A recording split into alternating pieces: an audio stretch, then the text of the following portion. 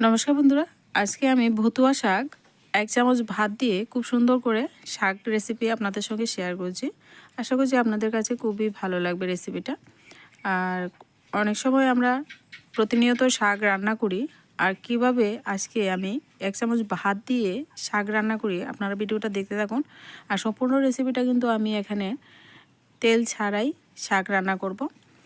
তো বিনা তেলে আজকে খুব সুস্বাদু হেলদি একটা রেসিপি হবে। তো এখানে বতুয়া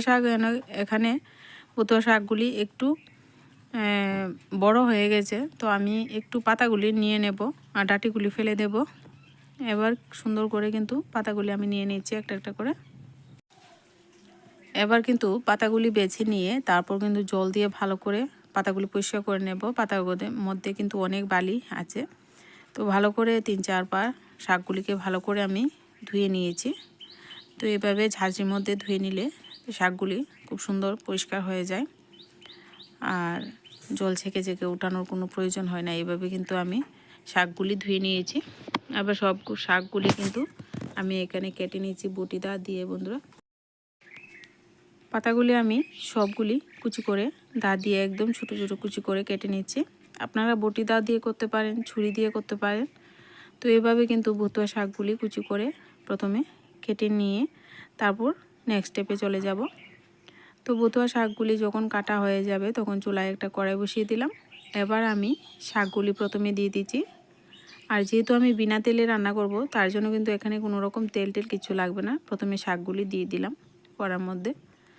এবার এখানে আমি শাকগুলির সঙ্গে একই সঙ্গে একটু লবণও দিয়ে দিব, যাতে করে শাকটা একদম তাড়াতাড়ি নরম হয়ে যায়।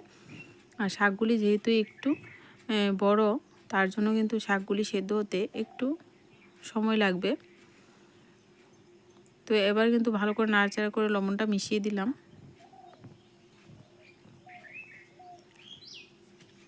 এবার কিছুক্ষণ পর দেখুন শাকটা একদম মজে গেছে আর জল উঠেছে শাক থেকে। এবার ভালো করে নাড়াচাড়া করে একটু সময় এইভাবে আর একটু সেদ্ধ হতে দেব। আর এই পর্যায়ে আরও 1 কাপের মতো জল আমি দিয়ে দেব, এতে করে শাকটা তাড়াতাড়ি ভালোভাবে সেদ্ধ হবে। আর কচি শাক হলে কিন্তু জল দেওয়ার কোনো দরকার নেই। এবার কিছুক্ষণ ঢেকে দিচ্ছি, আর এরপর ঢাকনাটা উঠিয়ে এবার নাড়াচাড়া করে দেব। এবার শাকগুলিকে ভালো করে নাড়াচাড়া করে দেব, আর শাকটা একদম ভালোভাবে সেদ্ধ হয়ে গেছে। এবার কিন্তু শাকগুলিকে গাটা গাটা করে নেব। এই পর্যায়ে আমি এখানে রসুন আর পেঁয়াজ বাটা দিয়ে দিচ্ছি 1 চামচ। এখানে একটা পেঁয়াজ আর 4-5 কোয়া রসুন বেটে নিয়েছি, দিয়ে দিলাম। আর এখানে লাগবে আমার 1 চামচ ভাত আর হলুদ গুঁড়া। আমি এখানে ভাতটা দেওয়ার কারণে কিন্তু শাকটা একদম আটালো আটালো হবে। এই শাকগুলি কিন্তু একদম আটালো করে রান্না করলে ভালো লাগে। পরিমাণ মতো একটু হলুদ দিয়ে দিলাম।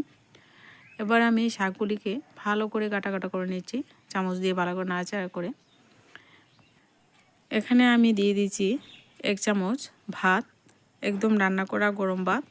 এভাবে ভাতটা দিলে এই পর্যায়ে শাকের মধ্যে যে এক্সট্রা যে জলটা আছে, জলটা একদম টেনে নেবে আর একদম আটালো আটালো হয়ে যাবে দেখবেন শাকটা।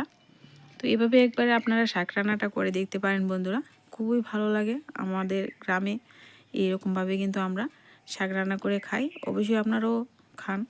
আর আমার এই গ্রামের শাকটা কেমন লেগেছে অবশ্যই কমেন্ট করে জানাতে ভুলবেন না।